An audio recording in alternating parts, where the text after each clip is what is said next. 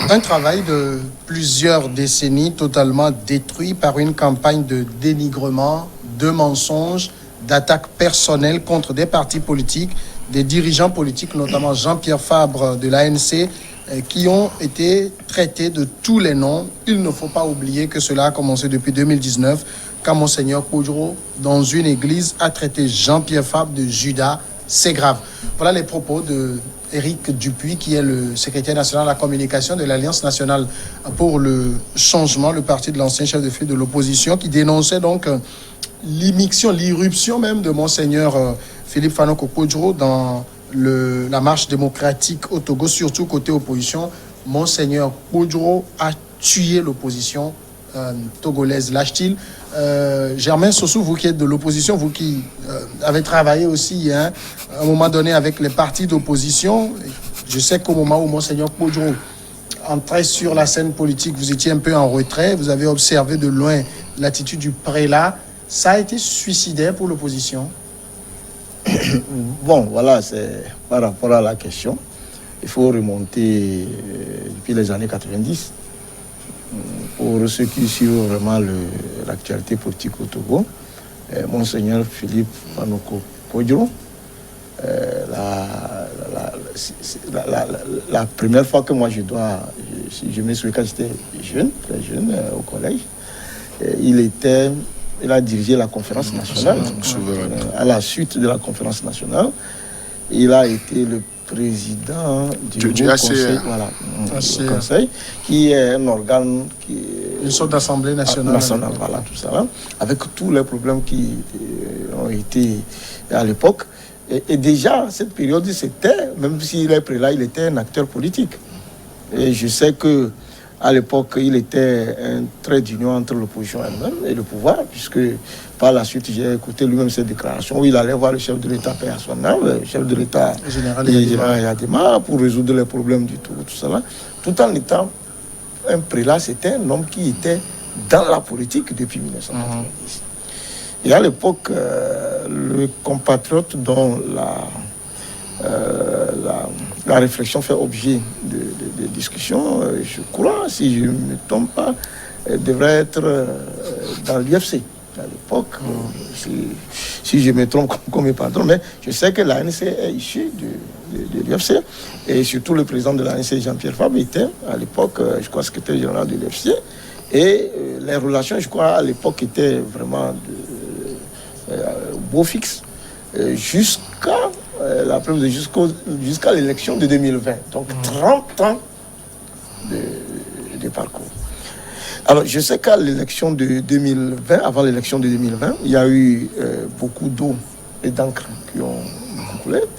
Et par rapport à ça, les rapports n'ont pas été aussi au beau fixe comme dans les années 90 entre l'ANC et le prélat, qui estime qu'en tant qu'un homme de Dieu, et à l'époque, je voudrais vous rappeler que c'était la coalition des 14, qui avait donc des problèmes, et le prélat lui-même a souhaité rencontrer les partis politiques de façon individuelle, et je crois que ce sont des faits. Et à la suite de cette rencontre, le prélat a fait un certain nombre de déclarations. Et oui, dans les déclarations, ce sont des faits. Le prélat a estimé que le président de l'ANC était un Judas. Ça, c'est des déclarations qui sont sur les choses. Je crois que, en tant qu'être humain, je comprends que si j'étais militant de l'ANC, qu'une telle déclaration, je ne puisse pas l'accepter. Donc, Éric Dupuy, en tant que membre de l'ANC, ne peut pas accepter une telle déclaration.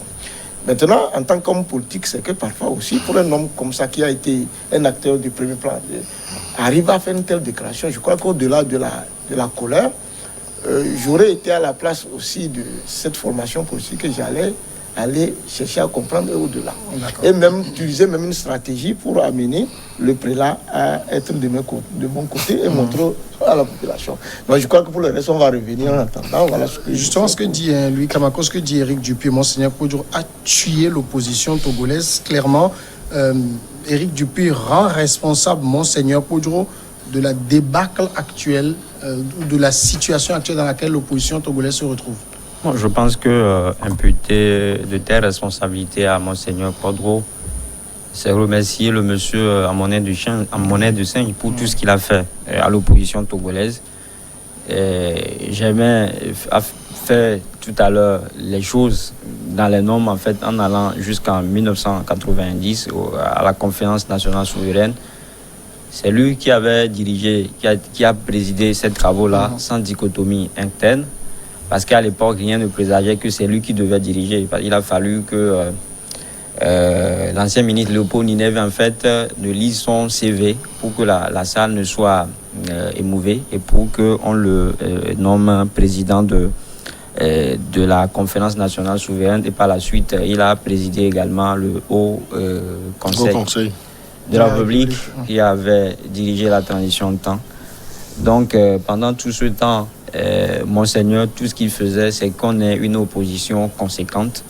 C'est qu'il y a une opposition responsable, une opposition qui soit honnête, qui fait dans le compromis, qui connaît, qui sait le sens de ce qu'on appelle consensus. Et tout cela au bénéfice du peuple togolais. Je pense que les travaux de ce monsieur nous ont permis aujourd'hui d'avoir le multipartisme. C'est également ces travaux-là qui nous ont permis d'avoir aujourd'hui ce qu'on appelle la liberté d'expression, la liberté d'opinion. Si nous sommes ici aujourd'hui et on fait ces petits jeux, on essaie de comparer le Togo à ce qui se fait ailleurs, c'est grâce justement à ces travaux-là, c'est grâce à cet homme. C'est grâce à lui qu'on a eu en fait l'amélioration des conditions de vie de certaines personnes.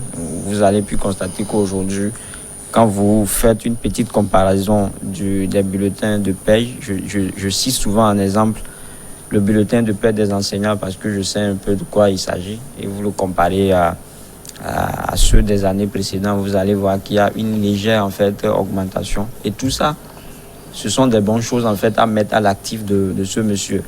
Maintenant, le Monseigneur aujourd'hui, au haut de ses 90 ans, vous savez, ça dit que quand vous êtes proche de votre tombe aussi, il y a, vous m'excusez, la sagesse en fait vous quitte peu à peu.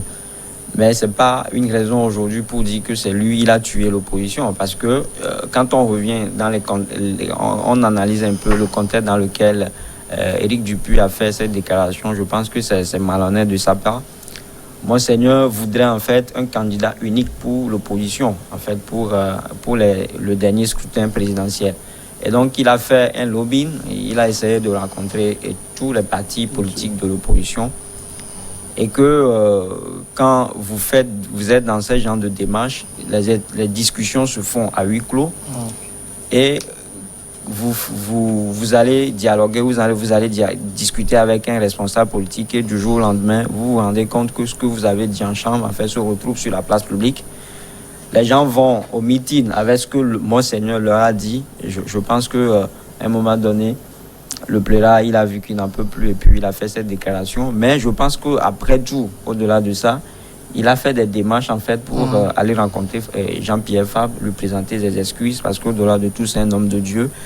Quand tu sens que tu as offensé ton prochain, on a toujours dit pour toutes les offenses commises, nous devons être prêts à demander, à accepter pardon. Il était dans cet dynamisme-là. Mais dire aujourd'hui que c'est lui qui a tué l'opposition, je ne pense pas. C'est plutôt l'opposition même qui se tue, surtout avec l'introduction que tu viens de faire, des coups bas, des déclarations, des dénignements, des campagnes à l'encontre des uns des autres. Je pense que c'est cela plutôt qui a tué l'opposition. C'est pas plutôt le prélat qui veut que cette opposition-là prenne le devant de la sienne. C'est pas le prélat qui veut qu'on ait une opposition conséquente et rationnelle. Quand Éric Dupuy parle comme ça, Monseigneur Kodjo a tué l'opposition, vous n'avez pas l'impression qu'il essaye de représenter l'ANC par toute l'opposition? Puisque quand on regarde, en fait, dans le fond, c'est l'ANC qui a laissé des plumes. Donc dire qu'il a tué l'opposition, je ne sais pas quoi il joue, quelle communication il essaie de faire? Non, mais moi, je vais aborder cette question en démultipliant Éric Dupuy. Éric Dupuy en tant qu'homme sur la scène politique et Éric Dupuy que je vois aussi comme ANC. Donc, je prends le premier point. Si nous prenons Éric Dupuy comme ANC, le soutien de Monseigneur Kodjo à Agbemé Kodjo n'a pas fait la part belle à l'ANC.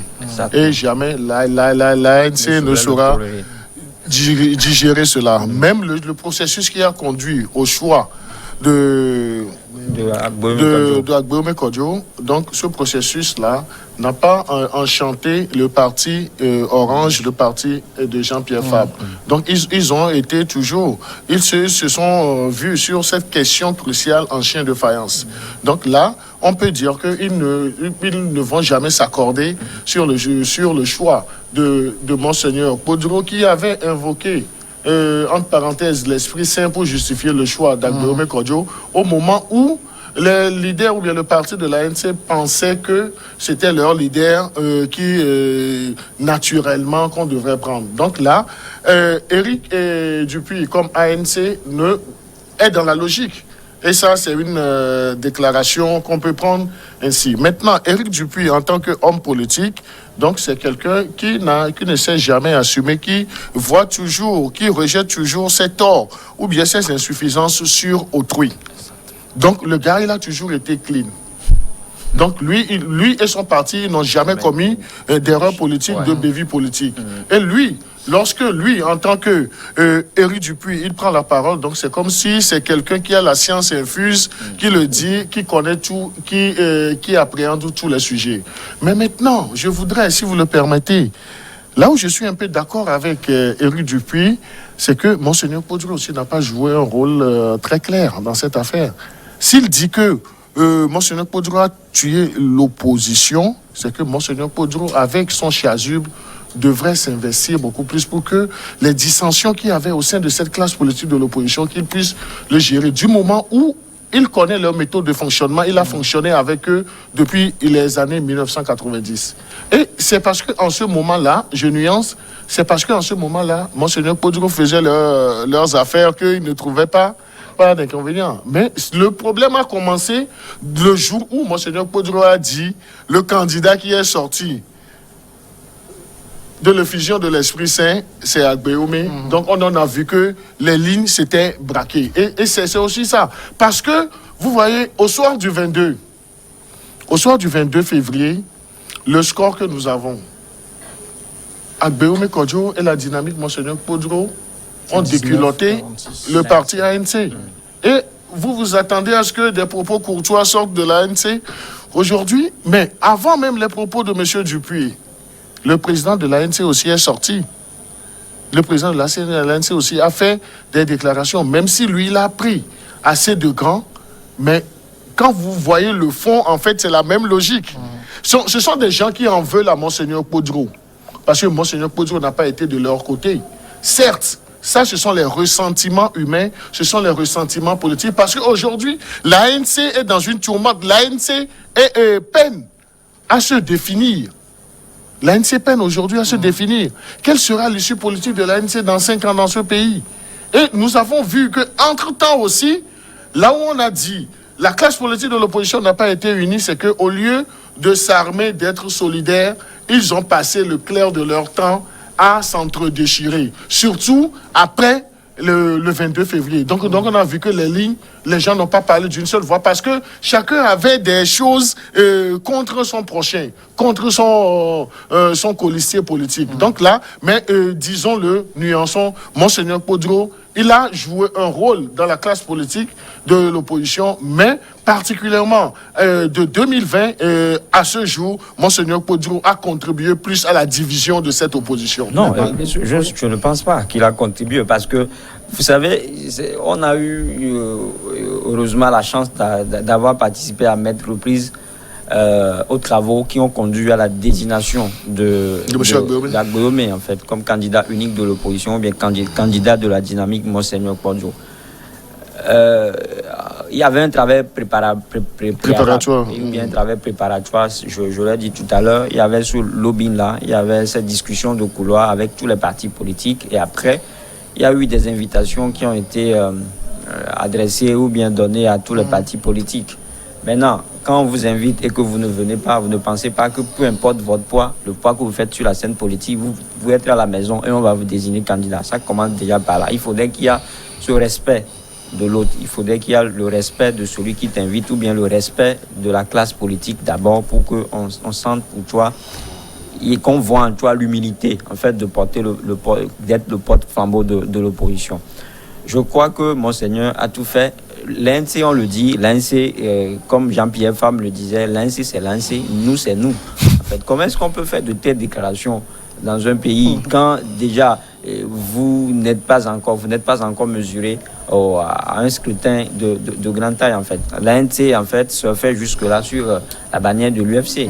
Maintenant, c'est en 2020 en réalité qu'on devait connaître le poids politique de ce parti politique, surtout qu'ils ont boycotté les législatives de 2018. Maintenant, quand vous présentez déjà ce tableau et que quelqu'un vient, un prélat, quelqu'un qui, je le disais, qui à 90 ans, en fait, qui maintenant à quatre pattes, il vient vous aider, il vous fait des propositions, et il essaie en fait de vous faire asseoir pour que vous parlez d'une seule voix et vous n'arrivez pas. Je ne vois pas en quoi est-ce qu'on va le traiter on va imputer en fait ce qui arrive à l'opposition aujourd'hui à lui. C'est-à-dire que Éric Dupuis à un moment donné s'est sorti, laisse à désirer en fait. Même au sein du parti, il est critiqué parce que les gens tentent de dire qu'il est devenu le personnage positif qui est nuisible à tout le monde malheureusement parce que au dernier conseil national, il y a eu des choses qui se sont passées. La presse n'a pas fait cas, juste parce que on ne voulait pas fragiliser. On ne voulait pas fragiliser davantage l'ANC. Sinon, Éric Dupuis aujourd'hui, comme je le dis, il est devenu, vous m'excusez, un va-nu-pied, même au sein de l'ANC. Alors, Germain Sossou, le rôle même de Monseigneur Koudjou, en tout cas en 2019, pour désigner un candidat. On a écouté des vidéos dans lesquelles Monseigneur Koudjou relatait des rencontres qu'il a eues, des attitudes qu'aurait eu même Éric Dupuis, qui étaient des attitudes qu'il jugeait dynamicales à son égard et tout. Au-delà de tout ça aujourd'hui, est-ce que c'est en disant que c'est lui le responsable de ci ou ça que le parti va se relancer ou que l'opposition va se relancer? Voilà. D'abord, je voudrais, avec toute l'humilité, vous savez, pour désigner à la présidentielle, bon, à l'époque, moi j'étais déjà un élu local. Vous savez, la C14 n'a pas eu de candidature à la commune Golfe 3.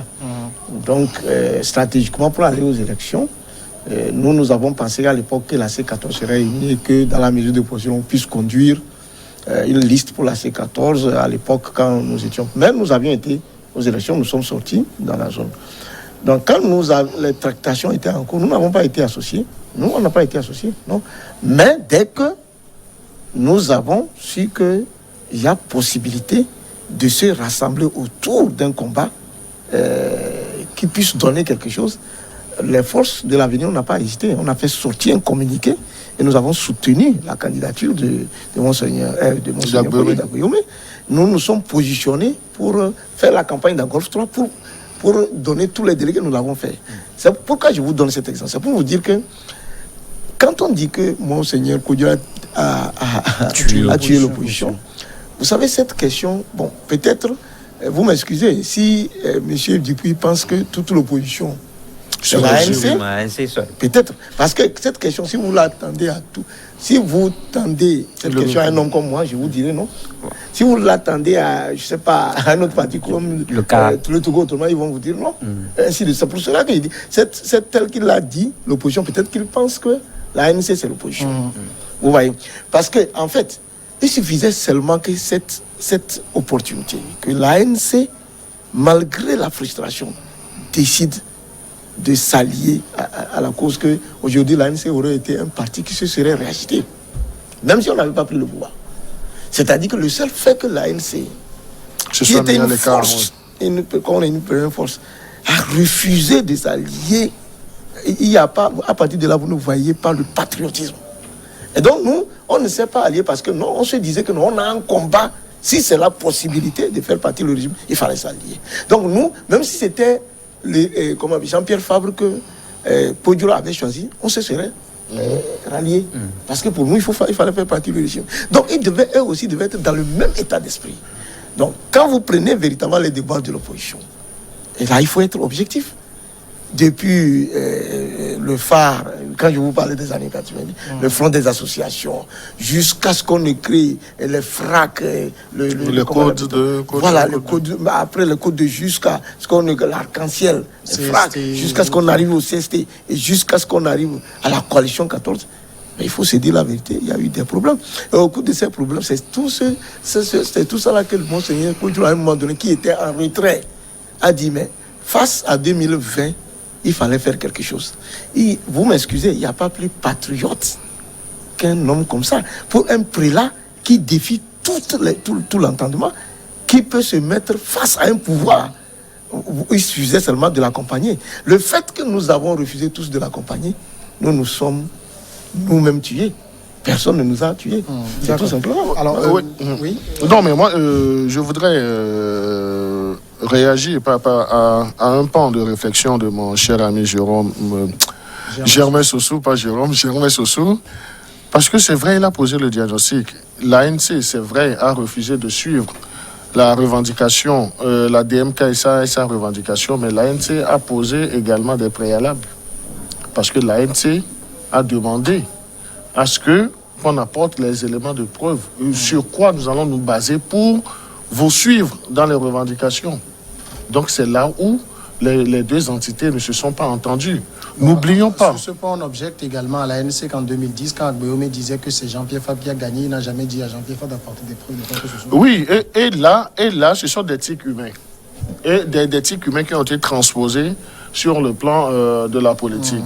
Et l'ANC, vous avez vu, quand quand une certaine opinion a voulu jeter des cailloux au parti ANC, donc l'argument qu'ils ont sorti, c'est de dire que nous ne pouvons soutenir que ce dont nous sommes sûrs, nous sommes rassurés. Et ils ont permis à une certaine opinion aussi de dire que, en fait, ce que réclamait la dynamique, moi, Monseigneur Koudjou, c'était que de la fantaisie. Donc, on ne peut pas reprocher cela aussi au parti de l'ANC. Ce n'est pas parce que Agbeome aujourd'hui se définit comme opposition que, je ne dirais pas bêtement, donc qu'on doit aller au moule comme ça. Donc le parti ANC a un droit de demander, disons, des éléments avant d'avancer. Mais peut-être que si on commente le fait que l'ANC ait posé cette condition, donc on peut déduire que c'est parce que il y avait eu ce déboulonnement de l'ANC qui a fait que l'ANC a posé cette condition. Mais on ne peut pas non plus demander à l'ANC de suivre entre griffes bêtement une dynamique. Ouais, je pense que c'est là où il y a de l'antinomie dans ce que l'ANC fait. C'est pas, l'ANC n'est pas honnête envers elle-même dans ce processus-là, parce que au sorti ou bien au soir du 22 février, je crois que l'ANC a fait sortir un communiqué reconnaissant en fait Agbeome être en tête en fait. Avec Fonya Singbe. Avec Fonya Singbe. Non, mais il a reconnu que les deux. Donc là, il a reconnu que lui n'est pas dans les deux là. Sur quoi elle s'est basée à cette écope-là pour dire que c'est Fonya Singbe et Agbeome qui étaient en tête? D'accord, on va. Non, sûrement de ces délégués dans les bureaux de vote lui ont remonté qu'il n'est pas en bonne posture. De l'opposition d'apporter des preuves. Non, mais l'ANC ne pouvait pas aussi suivre bêtement la dynamique, Monseigneur Koudjou. L'ANC est un parti légalement constitué. Donc ne demandez pas à l'ANC de suivre Agbeome Koudjou et puis Monseigneur Koudjou comme ça. Vous savez ce sont des responsables politiques. Le fait qu'ils aient demandé des éléments de preuve, on ne peut pas les juger pour ça. Ce que nous faisons chaque vendredi, c'est d'attribuer aussi des notes. Et on finit toujours cette émission les vendredis sur des notes. Et nous notons toujours ce que nous voulons ou qui nous voulons sur de 0 à 10. Et on explique, Louis Kamako. Oui, moi je voudrais juste vous donner, vous, en fait, le personnel de New World TV 8 sur 10, en fait, puisque la démarche continue. J'ai aimé votre campagne de vulgarisation de votre décodeur, en fait, pour permettre aux gens de nous suivre en fait, sur le plan national. Je pense que c'est un bon projet, c'est une bonne initiative. Abaissez-le à montre pour que tout le monde puisse l'avoir. D'accord, c'est la direction qui écoute, va écouter ça. 8 sur 10. Oui, 8 sur 10, c'est ce qu'il donne. Germain Sossou. Oui, je voudrais saluer une association, une ONG particulièrement, à qui je donne déjà 9 sur 20. L'ONG Sur 20? 9 sur 10. Je ne sais pas pourquoi 9 sur 10. Parce que l'association a fait un constat auquel on nous a associés, c'est la dangerosité qui est en train de s'imposer à nous, qu'on ne se rend pas compte au niveau des écoles. Aujourd'hui, beaucoup de nos élèves vont à l'école, pas comme en notre temps. Certains sont armés, ils tiennent des couteaux, ils sont violents, et on dit même parfois que dans certaines écoles, il y a de la drogue, tout ça là. Donc, cette ONG qui s'appelle École Asseni Togo se prépare, dans la mesure du possible, de faire un travail sur toute l'étendue du territoire avec les parents d'élèves et les communicateurs pour prévenir, parce qu'ils se sont rendus compte que si rien n'est fait, il y a un mode occidental qui est en train de gagner nos écoles, et notamment une étude a été faite au grand lycée de Tourcoing. Vous savez, le grand lycée de Tourcoing, vous avez le lycée 1, le lycée 2, le CG général Nyasingbe Yadema, l'école primaire et tout ça là. Il y a une sorte d'éléments qui viennent pour la violence, tout ça là. Ils se sont rendus compte qu'il y en a un peu partout dans les écoles. Il faut faire quelque chose.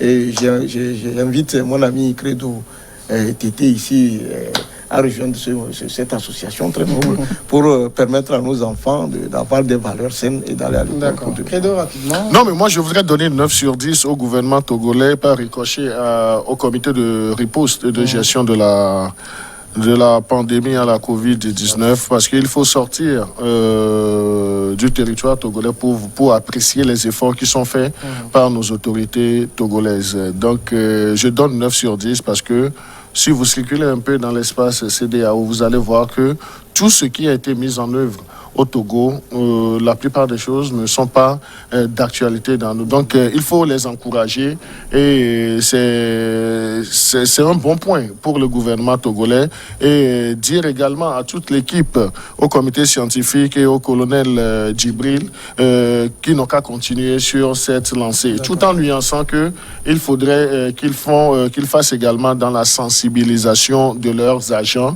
surtout les corps habillés qui sont là-bas, pour dire qu'il faut savoir accueillir le civil. Donc, ils font du bon boulot par rapport aux autres pays, mais continuer la sensibilisation de leurs agents certains se prennent pour des dieux. Oui, d'accord. Merci. Je me permets ce soir de donner également une note de 2 sur 10 à tous ces syndicats qui se disent syndicats qui travaillent sur la fabrication du Pure Water, qui ont décidé unilatéralement d'augmenter l'eau du sachet Pure Water qui passe de 300 à 400 ou 450 francs. Vous savez que l'eau est un bien public, tout le monde en a besoin, on consomme de plus en plus sans consulter personne parce qu'on se dit on veut faire un bon travail. Ce n'est pas en augmentant les prix qu'on fait un bon travail, d'autant plus que la qualité de beaucoup de ces eaux est très douteuse. Il faut revoir cette décision, ramener le prix en bas pour permettre à toute la population d'avoir accès à cette eau. Merci à vous tous, merci Credo, merci Germain, merci Louis, merci à tous de nous avoir suivis et bon week-end.